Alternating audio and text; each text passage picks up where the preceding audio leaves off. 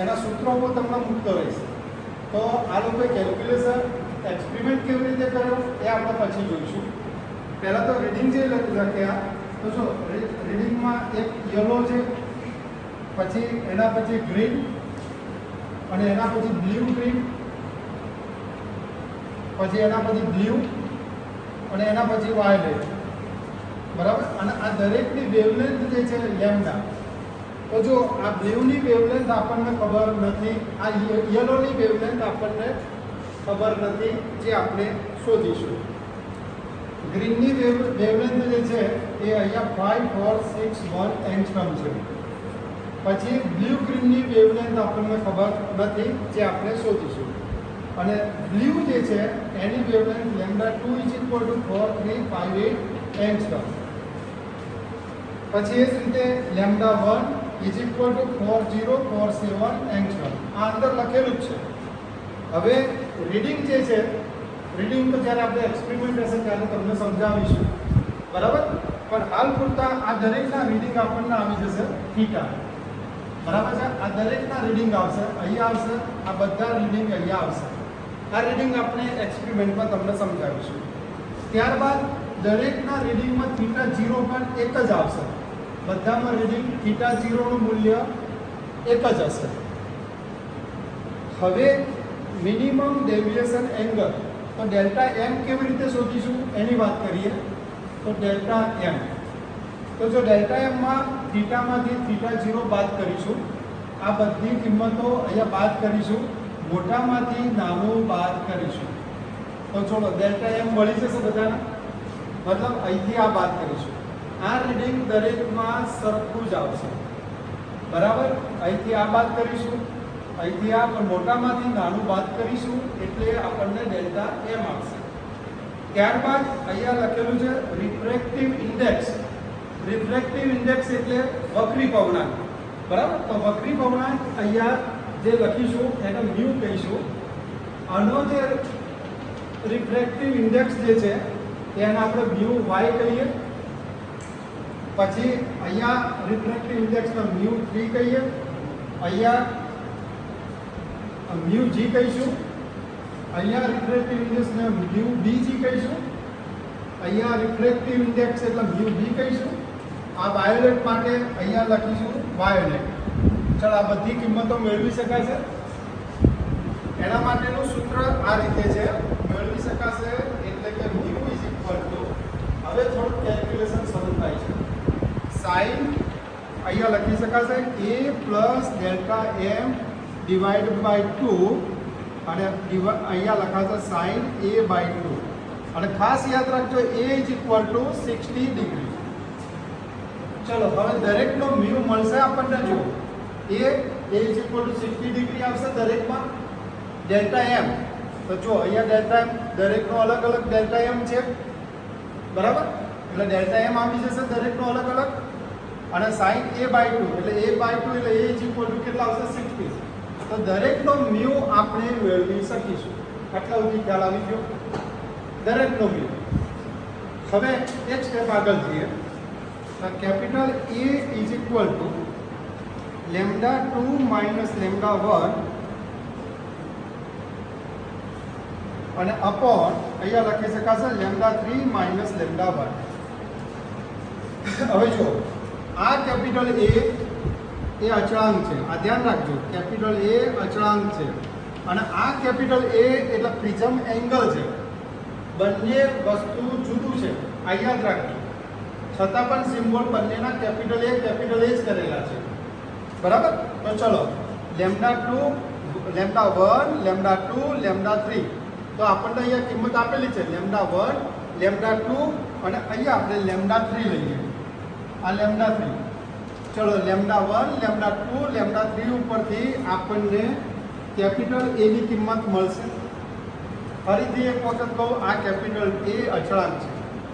આ હાર્ટમેન ફોર્મ્યુલા છે. હાર્ટમેન ફોર્મ્યુલામાં capital A, capital B અને કેપિટલ C શોધવાના છે. B અને C આપણે બાકી છે. ચલો કેપિટલ A આપણે શોધી કાઢીશું આની મદદથી. હવે જો B = μ1 - μ2 / μ1 - μ3. એટલે ધ્યાન રાખજો આ લેમ્ડા 3 એટલે આને μ3 પણ કહી શકાય. જી કેમ કીધું છે ગ્રીન છે એટલા માટે. પછી આ લેમ્ડા 2 તો અહીંયા એને μ2 પણ કહી શકાય. અને વાયોલેટ એટલે લેમ્ડા 1 છે એટલે આને શું કીધું છે μ1 કીધું છે. થોડી કેલ્ક્યુલેશન ઈઝી પડે. ચલો μ1 કિંમત મળી જશે પહેલી, પછી μ2 આપણને મળી જશે અને μ3 આપણને મળી જશે. બરાબર. તો આ કેપિટલ બી અચળાંકની કિંમત આપણે શોધી લઈશું. કેપિટલ એ મળ્યા, કેપિટલ બી મળ્યા. હવે જો આપણે અહીંયા શું શોધવાનું છે μ0 ની કિંમત શોધવાની છે. આ પ્રેક્ટિકલ એક્સપેરિમેન્ટ કરતા આ થિયોરિટિકલ બહુ લાંબુ છે એટલા માટે આપણે પહેલા સમજાવ્યું બધા કરતા. જો μ0 માટેની કિંમત છે μ0 is equal to a μ2 minus b μ3 upon a minus b. ચલો μ2 અને μ3 આપણી પાસે છે. બરાબર. તો μ2 અને μ3 આપણી પાસે છે. a અને b આપણે શોધ્યા, a પણ શોધ્યા અને b પણ શોધ્યા. તો એના ઉપરથી આપણને શું મળશે μ0 મળી જશે. તો કેટલી કિંમતો શોધી a b અને μ0 અને આ a બરાબર 60 આખી વસ્તુ અલગ છે એના આના અંદર સામેલ ના કરજો. હવે જો આપણી પાસે ફરી પાછું એક સૂત્ર છે. બરાબર. ફરી પાછું એક સૂત્ર છે જે અંદર તમને તમારે તૈયારી રાખવી પડશે. આ સૂત્ર તૈયાર કરવું પડશે. તો c μ1 માઇનસ μ2 અપોન μ2 માઇનસ μ0 અને μ1 માઇનસ μ0. આના અંદરથી આપણને c મળશે. જો c સિવાયની બાકીની કિંમતો તમે જુઓ લેમ્ડા 1 લેમ્ડા 2. તો આપણી પાસે છે લેમ્ડા 1 લેમ્ડા 2 μ1 μ2 અને μ0. જો આ μ1 પછી આ μ2 અને જે μ0 આપણે શોધ્યા. μ0 એટલે a અને b હોય જાણતા હોઈએ તો જ આપણને μ0 મળે. એટલે અહીંયા આપણને કિંમત કઈ મળશે c ની કિંમત મળશે. કેટલી કિંમતો શોધી આપણે a b μ0 અને c. ખાલી યાદ રાખવું તો a b c અને μ0. હવે થોડુંક જ અહીંયા સૂત્ર આપણે બીજા પેજનું આપણે લઈશું. જો હવે lambda 1 is equal to lambda 0 plus c upon μ1 minus μ0 લખું છું. ત્રણે ત્રણ સૂત્રો પછી આપણે આગળ જઈએ. અપોન μ2 માઇનસ μ3 અને lambda 3 is equal to lambda 0 plus c upon μ3 minus μ0. હવે આ ત્રણ સૂત્રો જુઓ. સૂત્રો તો તમારે યાદ હોવા જ જોઈએ. બરાબર. ચલો lambda 1 lambda 2 lambda 3 lambda 1 lambda 1 lambda 2 lambda 3 lambda 0 પાછા શોધવાના છે. બરાબર. અને લેમ્ડા 0 1 કરીશું. આ થોડુંક ટેમ્પલેટમાં પણ તમે સુધાર દેજો. સી આપણને ખબર છે આ રહી સી μ1 μ2 μ3 અને μ0. આ રહી જો μ1 μ2 અને μ3 અને μ0. તો આ ત્રણે ત્રણ સૂત્રોમાં જો અહીંયા લેમ્ડા 0 1 શોધીશું, અહીંયા લેમ્ડા 0 2 શોધીશું, અહીંયા લેમ્ડા 0 3 શોધીશું. હવે એના અંદરથી લેમ્ડા 0 આપણે શોધીશું. Lambda 0 1 plus lambda 0 2 plus lambda 0 3 divide by 3. બરાબર. તો આપણને શું મળશે લેમ્ડા 0. ટૂંકમાં ફરી પાછું એક કોન્સ્ટન્ટ આપણે શોધ્યો લેમ્ડા 0 મતલબ લેમ્ડા 0 શોધ્યા. કેટલા શોધી કિંમતો જુઓ a b c μ0 લેમ્ડા 0. બરાબર. અને હવે આપણા એક્સપેરિમેન્ટ જે છે આ યલોની અને બ્લુ ગ્રીન એનો તરંગ લંબાઈ શોધવાની.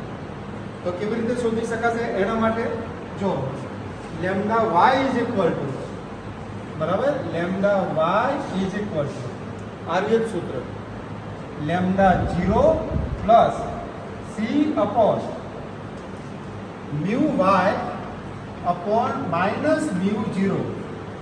આ છેલ્લું સૂત્ર. હાર્ટમેન ફોર્મ્યુલાની મદદથી એબીસી મ્યુ 0 લેમ્ડા 0 અચળ કિંમતો શોધવાની અને અજ્ઞાત તરંગ લંબાઈ શોધવાની. ચલો લેમ્ડા 0 મળી જશે, સી મળી જશે, મ્યુ વાય તો જો અહીંયા એનું જે મ્યુ વાય જે છે એ આપણને મળી જશે અને મ્યુ 0 મ્યુ વાય અને મ્યુ જી બરાબર છે. આ લેમ્ડા જી કેમ કે આ જી માટેની વાત છે એટલા માટે બરાબર. ચલો બીજો કયો અનનોન છે? બ્લુ ગ્રીન એટલે એને બી જી પણ કીધેલું છે. તો ચલો લાસ્ટ સૂત્ર lambda B G is equal to lambda 0 plus C upon શું આવશે અહીંયા મ્યુ જીસી માઇનસ મ્યુ 0. તો મ્યુ જીસી એટલે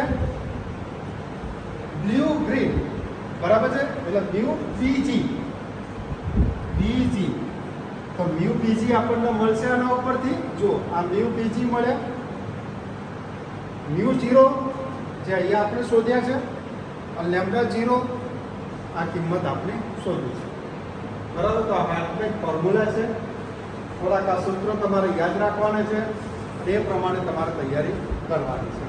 ઓકે.